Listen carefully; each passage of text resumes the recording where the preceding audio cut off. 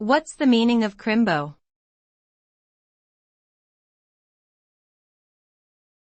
Crimbo.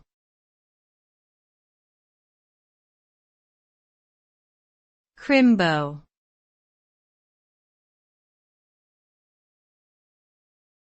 Crimbo.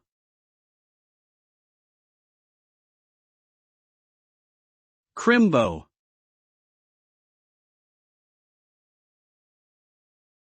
Crimbo is a colloquial term used to refer to Christmas.